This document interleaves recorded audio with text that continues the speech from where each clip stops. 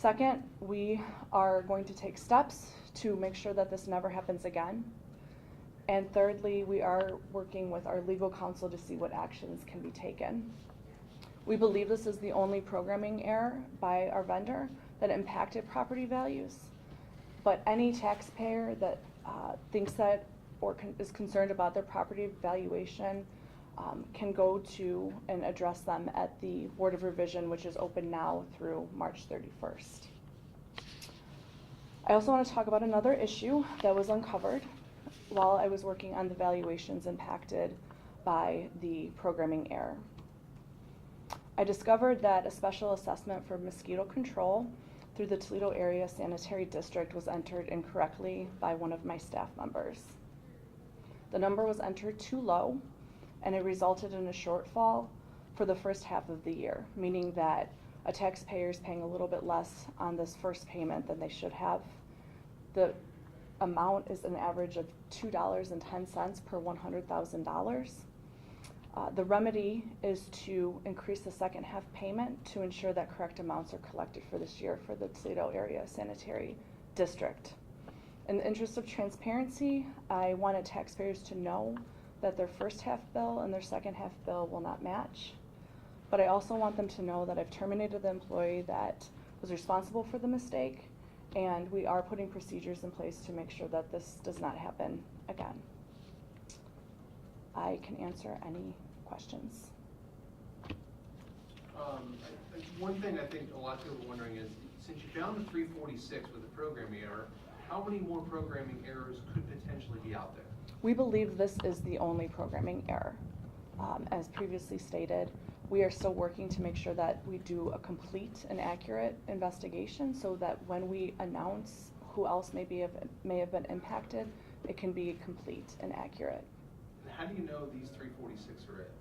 What did you find, and why is it that they're it and no one else will be on there? So the 346 were those individuals that went through the informal process.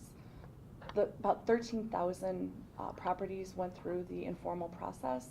However, there's over 200,000 properties in Lucas County. So there's a large chunk of properties that still need to be reviewed and examined to ensure that they are not part of this programming error. So there could be more programming errors? There's no more programming errors, but there could be people impacted by this programming error. And we will be notifying them as soon as we know who was impacted by it. And walk through to the public, what was the programming error? I saw on your spreadsheet online, you have something about grades on the right-hand side. Right, so grade is one factor that goes into the revaluation process. And what happened is that on the back end, when the grade moved too high, it also caused some property values to increase more than they should have. It was a factor in the background. Now, there's a lot of other factors that go into property values.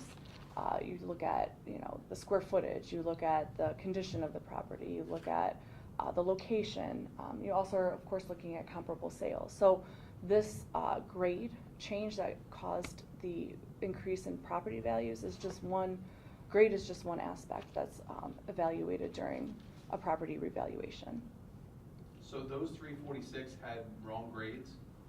The grade was, the programming error was because of the grade, which because it went up more than 3 steps, caused the properties to be increased more than they should have. So do you know anybody who did not go through the informal, do you know of anybody else that might have gone up that many grades? And that's what we're investigating right now. And as soon as I have that, those people affected, the public will know. I want to make sure that we are complete and accurate before we release the other properties that were affected. So does that mean there could be more people affected by the programming error, even if you got rid of the error? There could be more than the 3. We are reviewing that right now. We're reviewing who else was impacted by this programming error beyond the 346 identified during the informal review.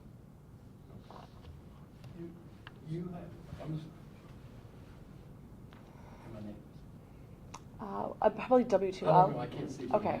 I was just wondering, you mentioned moving forward, you want to make sure this doesn't happen again. What are some specific steps that you'll be taking to make sure it doesn't? That's a great question. Right now, we are absolutely focused on fixing the problem examining who else maybe have been impacted, reviewing all the properties and remedying it. We are then gonna take every step possible to ensure that it doesn't happen again. Right now, I'm focused on fixing the problem and making sure that anyone that was impacted by this is made whole. The next step is, of course, taking every step necessary to make sure it doesn't happen again. And we will be reviewing that, and once we know that, it will be made known to the public. Was there any, what was the due diligence like to make sure that things were accurate before they were reported up and before they went to the state? So, our internal processes, we of course have our internal team that looks through the property revaluations. We do depend on a vendor for this reappraisal. And so we do depend on this vendor to make sure that they are doing accurate work, that they're doing great work. And then our real estate team, of course, will spot check and make sure that it looks like it's accurate and right. I've spoken to one couple, their value went up 101%. Mhm. Is there anything in your systems that flag people before these values get to the state that said these people shouldn't go up 101%? That's a great question. See, yes and no. See, 100% increase, we have to make sure that it is still within the sales value or the comparable value. Because if a property had been historically devalued or not properly valued for years or a decade before, perhaps a significant increase is justified to bring them into equalization with other properties.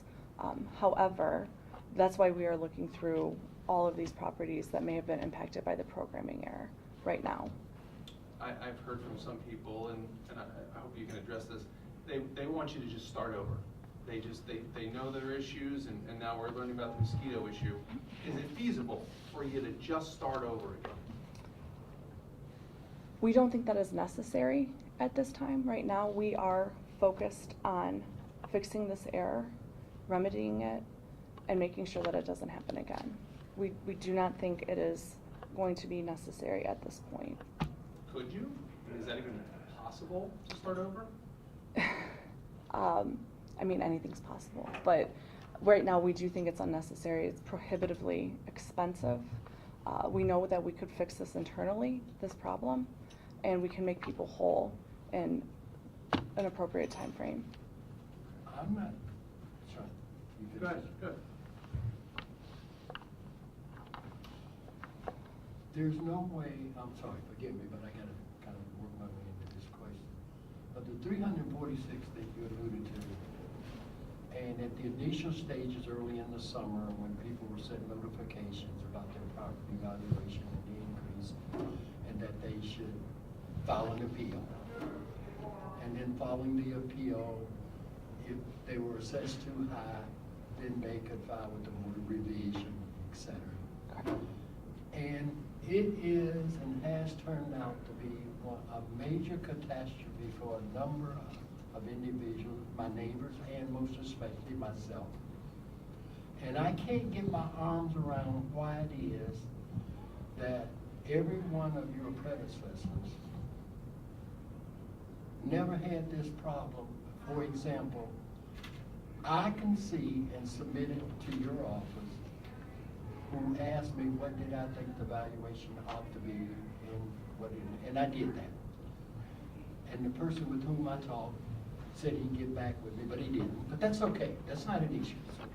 What's an issue is my property went up several $100,000.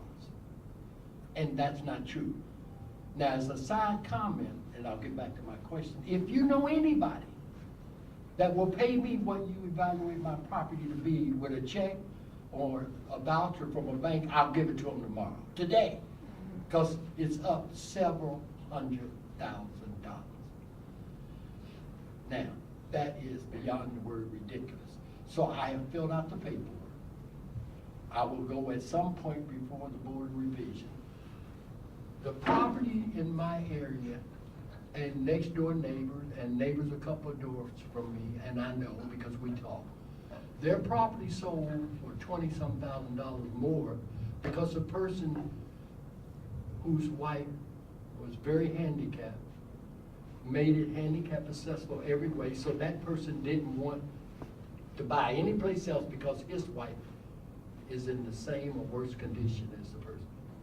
But when I look at the fact that my taxes have gone up $238,000 a year, I can't describe to you the inner feelings that I have about that happening. And there's no way, absolutely indescribably no way. Now, I'm not sure that I understand all you said, because when you were asked, why couldn't you start over? And if you do not pay the taxes by the 31st, then the treasurer will want to assess you 10% penalty. And then it's alleged, because it's not said to me, but said to one of my neighbors who told me, that if you are overpaid and it gets reevaluated and gets corrected, it'll come off the second half. That's not a solution, because you gotta come up with money to pay the first half one time, or you got a problem of a 10% assessment. I came here knowing that you were having a press conference, made up my mind as best I could that I would never say anything disrespectful or even remotely close to being disrespectful. But I cannot get my arms around what you have said about, one, why you couldn't start over, two, why it couldn't be corrected immediately, so that people such as myself wouldn't be paying outrageous money to the treasurer for wrongful assessment, because it is wrong, and then believe and anticipate the second half that there's going to be a correction. That just doesn't meet the smell test of being right. I cannot believe and do not want to accept that there isn't a quick fix. There is a quick fix. Now, am I capable of making that fix? Absolutely not. But my question to you is, why do we as taxpayers who own property, who got a wrong assessment, who has to come and prove it to the Board of Revision, made up of individuals, presumably who report to you? I don't know whether they do or they don't.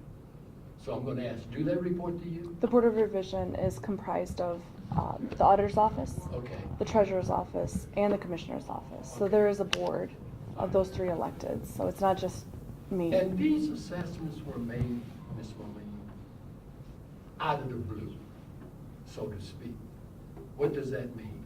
Someone somewhere looked at whatever they looked at, aerial map, whatever, and just said, oh, we think we'll raise this, and my neighbors is even more. And they're just living. All of us are. I am too. But I said I wasn't going to be smart on it, because that's not why I'm here.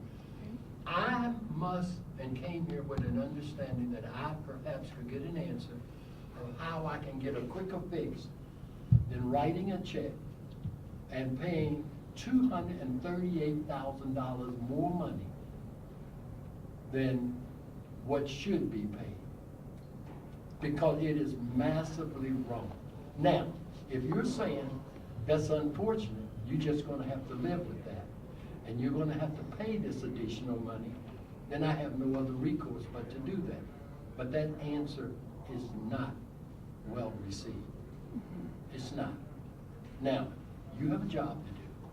Every 3 years, you go through what you go through. Lindsay Webb has a job to do to collect money that's been assessed.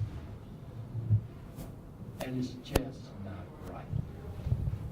So I think to that point, that when he talks about a quick fix, is the Board of Revision the only fix for people right now? Yes. Okay. So once the final submission to the state of Ohio occurs and is approved, of course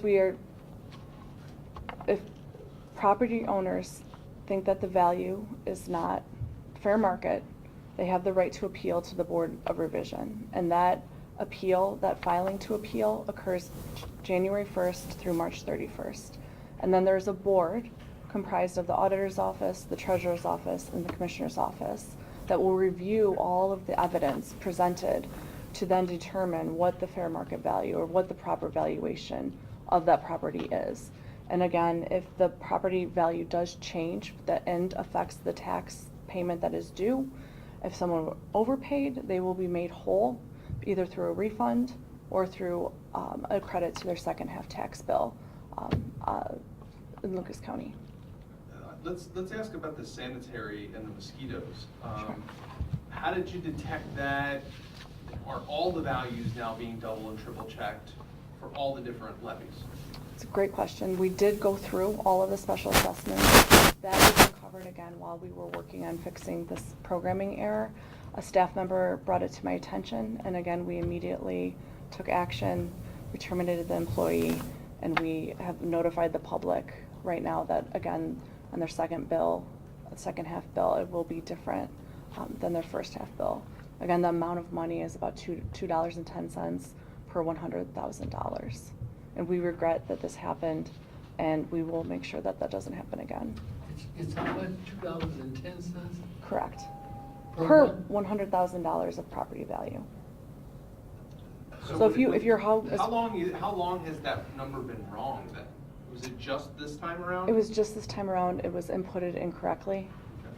and so it was just this time around. Okay. So My man- going forward, what do you see are the structural changes in the office? Because now we have two issues. Mhm. Structurally, how do you go forward that when you do the next reval and you're year in, year out, that this kind of stuff doesn't pop up again? Great. Great question. Again, I'm focused right now on fixing the problem, but I think what needs to happen is a complete review and audit of all of the policies and procedures of my office. I'm a CPA by background. I'm an auditor by background. So that is part of my expertise, is to be able to go into an organization and see how things operate and what needs to be improved. And this is definitely calls for that to happen. And then are you planning to do community meetings or get into some of the neighborhoods for some of this border revision stuff, or does it all go through your office? So of course my office is always accessible, but I am going to have community events, especially through March 31st, when the Board of Revision filing, the opportunity to file closes. So I think it's really important that every property owner knows their right to appeal, that if the property value, if they have concerns about their property value, that they can go to the Board of Revision, appeal, have their case heard, and potentially have their value changed as a result. Is the Board of Revision the final? Is the Board of Revision the final appeal process administratively? Administratively, property owners do have the right to go to the Board of Revision one time every 3 years. So yes, once that appeal happens and is heard and there's a final determination on that value, that's the final. Administratively. Correct. But that legalistically, then what? Do they have a recourse beyond the Board of Revision, to your knowledge? If you mean if the citizen disagrees even with the outcome of the Board of Revision, they absolutely do. They have the ability to go to the Board of Tax Appeal or the Court of Common Pleas. And we have all of the more detailed information about what that entails in my office, and we're happy to answer that question. Presently, Mhm. are members of the Board of Revision, if you know, new employees, so to speak, or are they from prior administration and have experience in hearing The complaints? Board of Revision hearing officers have already gone through training. I've made sure that that was implemented right when I What is the started. training? What does the training consist of? It consists of understanding what a hearing is, making sure that you can answer all the questions, making sure you know what evidence needs to be submitted, how to value a property, etc. We want to make sure that everything is done properly, and so I can only talk about my office, and I know that they're guidelines that they follow. correct. And the guidelines published? Yes. Because All when- of the rules of the Board of Revision when I are would on show my up, website. will show up and go through the Board of Revision, I need to be reasonably assured that I'm going to have what evidence that they need to review. Absolutely. And that's why I asked that question. Now, Absolutely. where can I find that publication to make sure that I provide the right information Two ways. for them to consider? I'm Absolutely. sorry. There's two ways. So if you have access to the internet, on my website, the auditor's website, there's a Board of Revision tab, and it has all of the links, it has the rules, it has everything that you need to answer that. If you don't have access to internet, you can call my office. They will mail you a paper copy of the website and of course of all the rules of the Board of Revision. I think he had. Katie, one thing that jumps out at me when I look at the list of the 346 properties that we discovered have been misevaluated is the unequal geographical distribution. They seem kind of oddly clustered. There's only a handful of properties in the city of Toledo that are on the list, but there's like 5 or 6 dozen in Springfield Township. Mhm. There seems to be a cluster kind of near Pickle Road in Oregon. Do you have any insight into why these clusters appear of error? And does it suggest to you that this programming error is somehow focusing on particular characteristics of a property, such as its value or its location? It's not based on location. Because of the grade change, so grade again is the quality of the home. So if a home has gone through new construction, that might be an indication that the grade changed. And again, because this programming error focused on anybody that had a grade step 3 or 4 or more higher, that's again why you're seeing the property value increase. So it's not geographic, it is about the grade, which again is the quality of the property. Sure, but I'm wondering why there were so few properties in the city of Toledo where I believe there are more parcels of property than in And there Springfield absolutely are more Township. parcels of property. But again, if it's grade, we're not seeing the same volume of new construction, for example, in the city of Toledo as we are in maybe other outlying areas. Is that based on Does- permits? New construction? New construction, but is that part of the assessment where they obtain permits to do? Correct. Other You than can- that, how would they do the assessment if it wasn't based on permits? I'm taking- for that aspect of new construction, it would be based on the permits, on who's done new construction on properties, yeah. Do most of the errors that you've discovered so far seem to affect houses in the upper half of the value spectrum, more expensive properties? Again, I don't want to give an answer, especially on those that have not been released yet, because we haven't had the opportunity But to of the review. 346 that you do have, Mhm. would it be fair to say that they disproportionately affect higher value properties?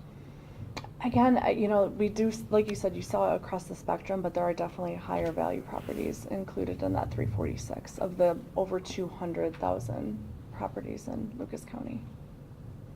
That's a good So question. they're talking about this, let's talk about a schedule then. So you're gonna update every Friday, folks? So does that mean people will get letters? Like, what will that look like? I'm gonna be here I'm gonna have a press conference every Friday until this is remedied, unless, of course, there's new information that I need to update the public about. When was the vendor known about the error, and was there a delay at all with the vendor knowing about the error? When we discovered the problem, we took actions to correct it. The vendor, we knew that we could solve it without the vendor's input, and we also knew that the contract was expiring at the end of 2024, so we took action to take care of it in-house. We knew we could, and that's what we were focused on doing. Could that have delayed any fixes or anything, or you think that this still would have happened at this rate if they knew about it, I guess? I think what is happening right now is the quickest. We knew that we didn't have to involve and therefore delay it any further. And then I'll wrap with this, I don't know what you guys left. During the informal, when you knew that there was an issue, you had to report a number to the state. Was there any discussion to stop your process then, either connect with the state or something to hold off on giving them a number that you thought could be more accurate? Because in October, you knew there was some sort of issue. Right. As we noted, we saw a trend. The state has a deadline of October 31st where we have to submit final values. Consequences of not submitting those final values include states withholding of local government funds and other funds that the state gives us. And I didn't want to jeopardize any state funding. So I knew that because this was a programming and clerical error, that there was an opportunity to resolve it through the Board of Revision in a mass grant, such as what I did for the 346. So the state is demanding oversight, as we're aware of. So I don't believe the state would have stopped this, knowing. They wouldn't have given, you don't think they would have given you leeway if you had gone to them on the 15th and said, hey, I know my numbers are wrong? For 300 properties, I think that that deadline would have stayed because every county would have taken advantage of something like that. Thank you. Okay, thank you. Thank you for that question. Thank you, Katie. What happened here? How are you? Oh, my God. I've been there. Well, I was playing tennis, and I stretched for a ball and snapped my Achilles tendon, and then I had to wear a full cast and a leg cast, and all I had to do was say, nice shot. With my dumb